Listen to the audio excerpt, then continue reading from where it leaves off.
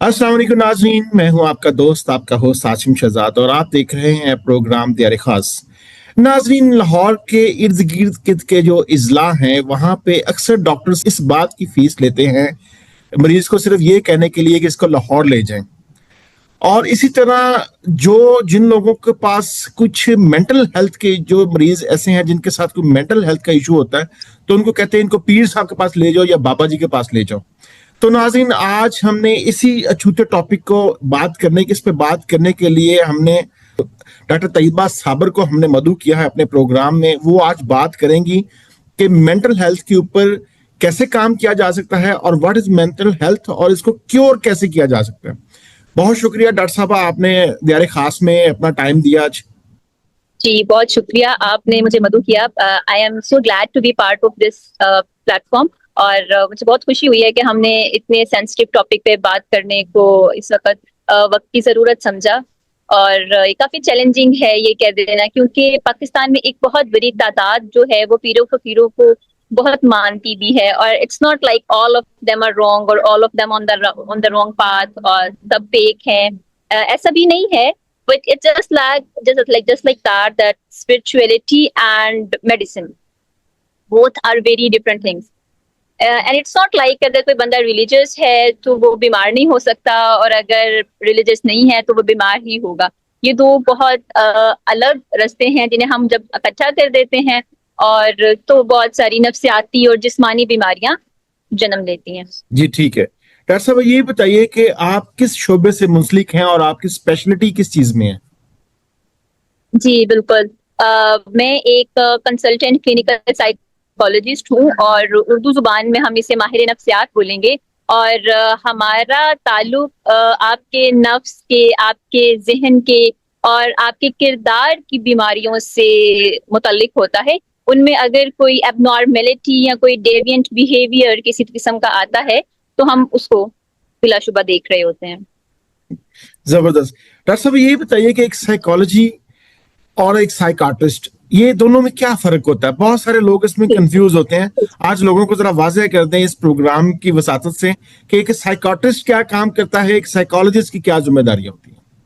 Okay, these are very diverse but interlinked two professionals. One is psychologist and the other one is psychiatrist.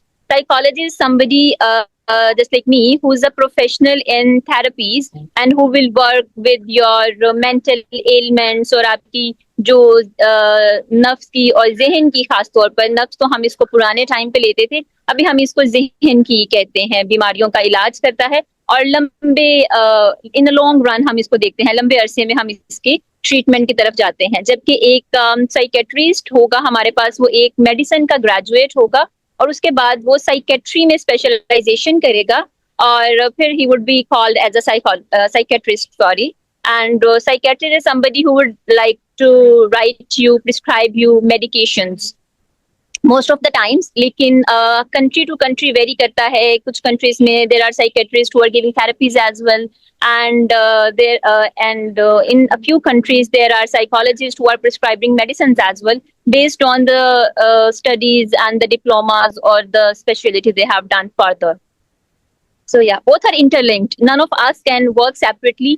तो हमें एक दूसरे के साथ as a team ही काम करना पड़ता है in most of the cases. यानी कि एक बड़ी बारीक लाइन है साइकाट्रिस्ट और साइकियाट्रिस्ट को समझने के लिए। We can say. डॉक्टर साहब, ये बताइए कि क्योंकि आप साइकोलॉजिस्ट से रिलेटेड है, साइकोलॉजिस्ट हैं, तो ये बताइए कि किस तरह की बीमारियां इंसानों में पाई जाती हैं साइकोलॉजिकली या नफ्सियाती तौर पे।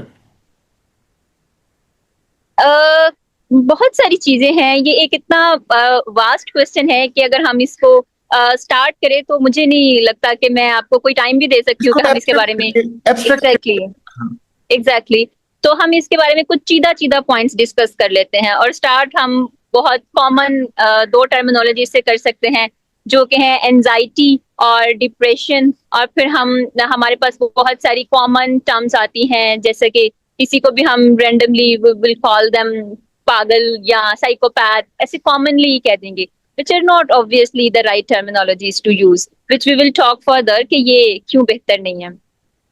तो अगर हम एंजाइटी की बात करें तो एंजाइटी समथिंग जो हर बंदा, बस जरा सी कोई बात हुई तो मुझे एंजाइटी हो रही है, इट्स ऐसा ही कर दिया हमने कि मुझे प्यास लगी है. It's not that easy and that basic. ये ऐसा है कि हमें इसकी बहुत सारे क्राइटेरिया होते हैं जो मीट करना होता है, तो ही एक इंसान किसी नफ्सियाती बीमारी के इर्तिकाब में आ सकता है. जैसे इसकी मिसाल ऐसी है कि हर इंसान के अगर सेम तरह के सिम्टम्स आ रहे हैं तो उसका ये मतलब नहीं है कि उसको कैंसर ही है. कभी कभी आपकी स्वेलिंग है, कभी आपको वो हम लैब्स करते हैं तो हमें पता चलता है कि ओके असल में ये नहीं, मेरे साथ ये प्रॉब्लम थी.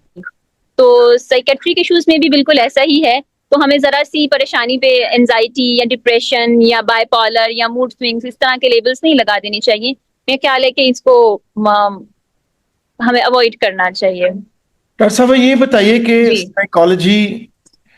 साइकोलॉजी के हिसाब से एक एंजाइटी या डिप्रेशन, ये दो अलग अलग चीजें हैं. इनको आप कैसे पता चलता है कि ये पेशेंट हो गया, ये इंसान अब ये बीमार है या इसको थेरेपी की जरूरत है? तो आम इंसान को कैसे पता चलेगा कि ही or she need this kind of therapy, या वो मरीज है, या उसके दूसरे साथ रहने वाले लोगों को कैसे पता चलेगा?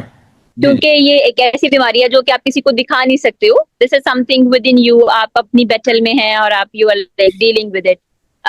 It happens when you start losing contact with reality. जब आपको इंटरेस्ट खत्म हो जाता है आपके रोजमर्रा के कामों में, आपकी ऑक्यूपेशनल लाइफ डिस्टर्ब होने लगी है, आपके स्लीप साइकिल्स डिस्टर्ब होने लगे हैं, देन अगेन हमारे पास स्लीप के बहुत सारे डिसऑर्डर्स हैं, वो अलग एक कैटेगरी है. यानी कि बेसिक अगर मैं वन लाइनर स्टेटमेंट दूं तो इट्स मोर लाइक कि आपका किसी काम में दिल नहीं लग रहा.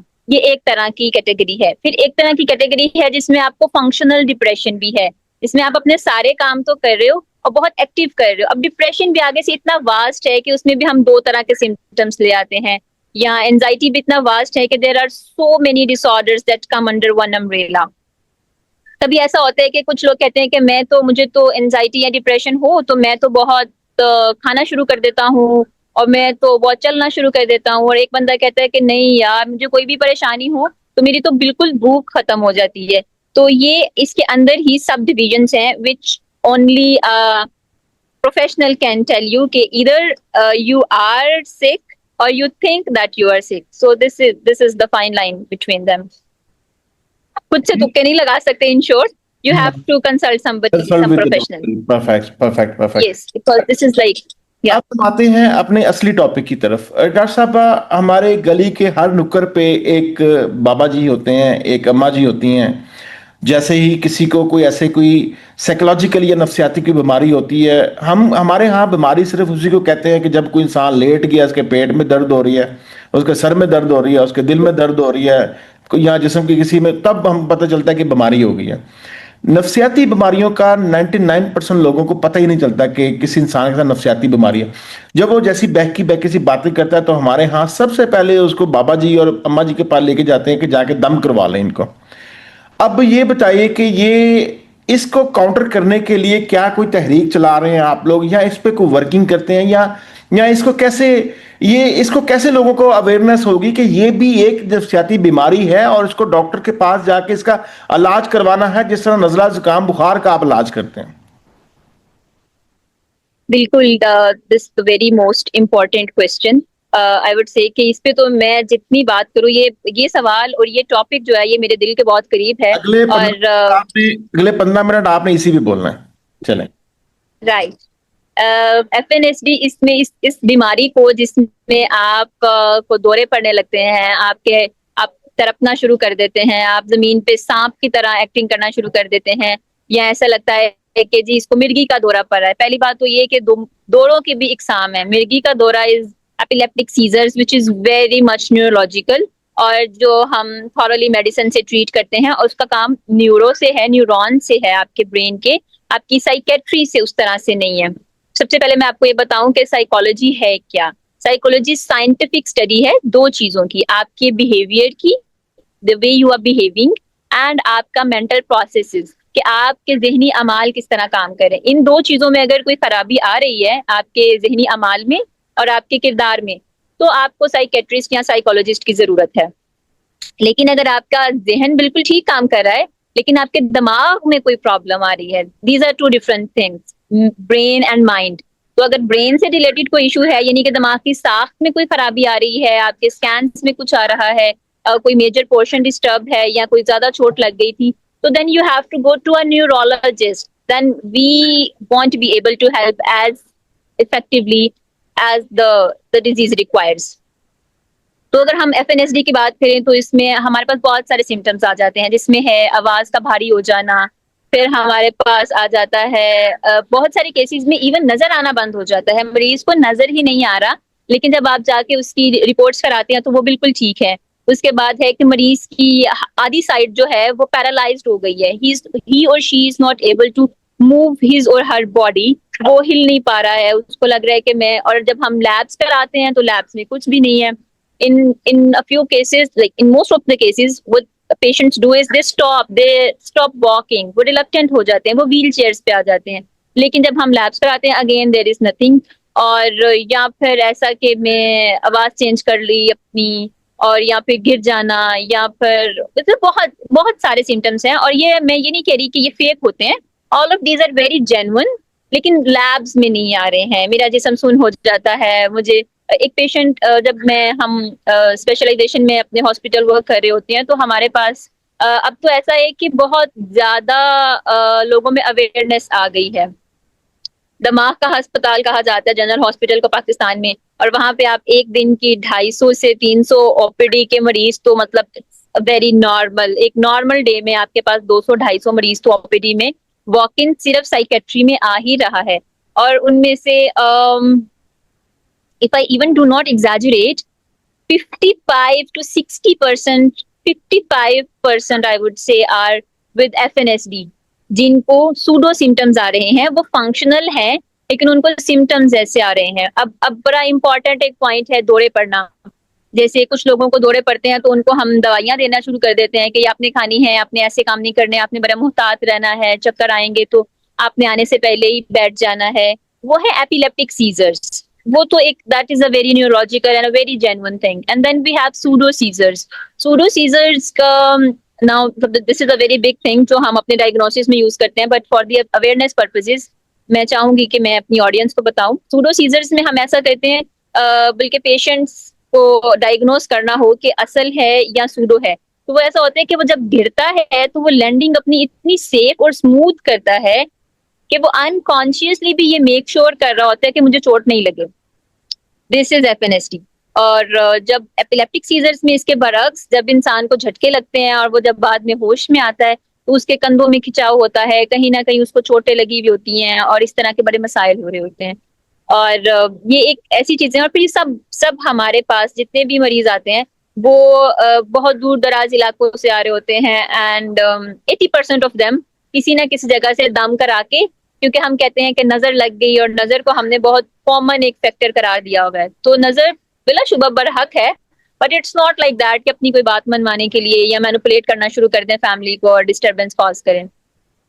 तो वो फिर हमें देखना होता है कि अब इसको हमने, उसके पीछे जब हम रीजन देखते हैं तो वो कोई ना कोई ऐसी रीजन होती है जो आप आई डोंट नो, मुझे ये यहाँ पे कहना चाहिए कि नहीं, बस ऐसा होता है कि आप मनवाना चाह रहे होते हैं कि मेरी ये मांग, मेरी बात नहीं पूरी हो रही, तो just do it, go for it. और ये मोस्टली ऐसे सिम्टम्स होते हैं जो पेशेंट ने ऑप्ट किए होते हैं अपने सराउंडिंग्स में किसी ना किसी के साथ होते हुए देख के, अम्मी को देख के, जो हमारा कल्चर समझा जाता है इन लॉज में.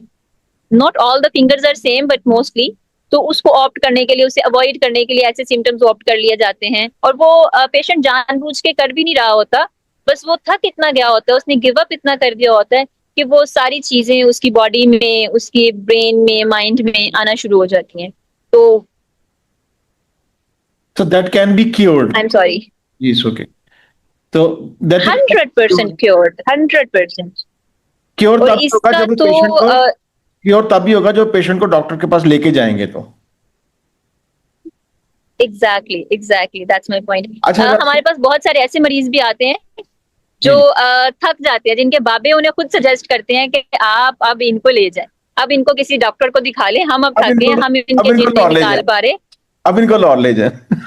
अब इनको लाहौर ले जाए. बिल्कुल ऐसे ही है. डॉक्टर साहब, एक बीमारी है शिज़ोफ्रेनिया.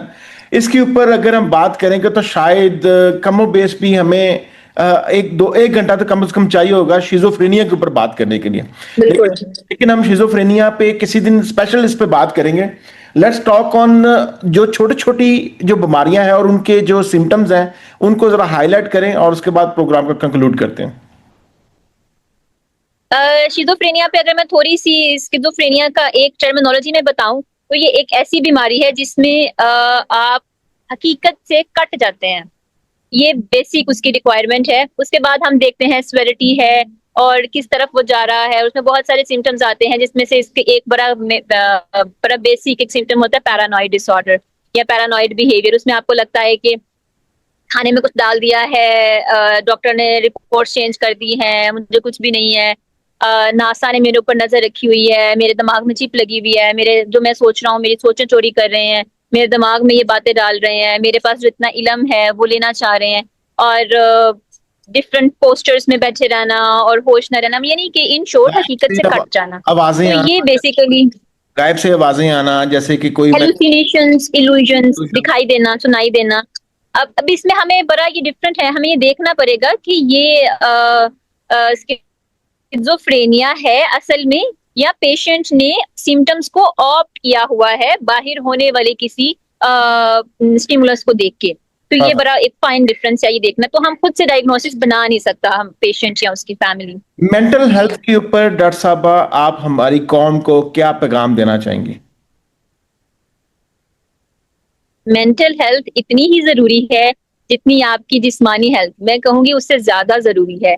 आप एक इंसान जब तक उसको पता नहीं होता ना कि मेरे जिस्म के अंदर क्या चल रहा है, तो वो सब कुछ खा रहा होता है और वो बिल्कुल ठीक होता है, और जैसे ही उसे पता चल जाए कि मेरे साथ ये हो रहा है तो वो वहीं पे गिव अप कर देता है, थक हार जाता है और वो कहता है नहीं। मतलब सारी गेम यहाँ ऊपर माइंड की है, और हम किसी दिन माइंड और ब्रेन में फर्क क्या है इसके बारे में भी बात करेंगे। ये दोनों भी बड़े अलग अलग पहलू हैं। तो डॉक्टर साहब तो जब हम ऊपर से थक जाते हैं, इसकी एलोपैथी के अंदर मेडिसिन भी हैं, हर क्योर की प्रॉपर मेडिसिन लेनी पड़ती हैं इसकी,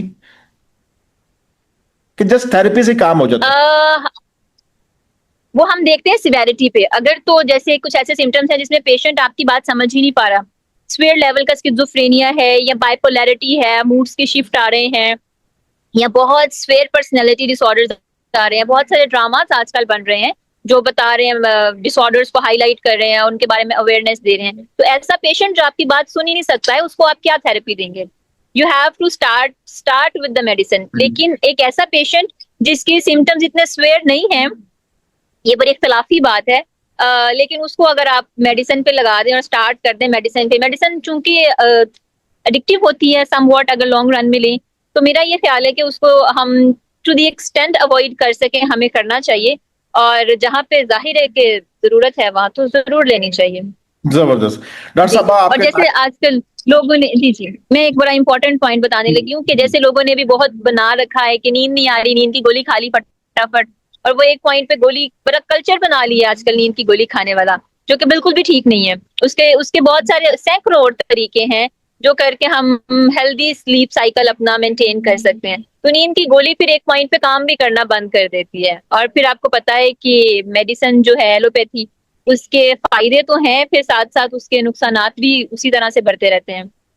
तो मेरा ये पैगाम है कि बिला वजह नींद की गोलियां ना खाएं, और बिला वजह बल्कि साइकेट्रिक मेडिसिन का मिसयूज भी ना करें कि फलाने वाले को मूड उसका उदास था तो डॉक्टर ने ये वाली एंटी डिप्रेसेंट लिख के दी थी, तो मुझे दिखाओ तुम्हें क्या लिख के दिया था, मैं भी वही खा लेता हूँ। ये पैनाडोल जैसी नहीं होती मेडिसिन, तो ये आपके बॉडी के वजन और मास और हर चीज के अकॉर्डिंग दी जाती है, और आपकी सिवियरिटी और सिम्टम्स देख के। तो ये बड़ी डेंजरस मेडिसिन होती है, इसको ऐसे मिसयूज नहीं करना चाहिए। जी डॉक्टर साहब, मेंटल हेल्थ के ऊपर there are several topics, several things that we can discuss. इस पे बहुत ज्यादा डिटेल से बात की जा सकती है। स्लीपिंग डिसऑर्डर पे बात की जा सकती है। बहुत सारे लोगों को रात को नींद नहीं आती। There are plenty of reasons. वो ऐसा नहीं है कि खाली प्यार इश्क मोहब्बत.com के अलावा देयर आर मेनी थिंग्स के इंसान को उसकी वजह नींद नहीं आती। तो इस टॉपिक पे हम फिर बात करेंगे। हम वन बाय वन करके डिफरेंट सेगमेंट्स करेंगे।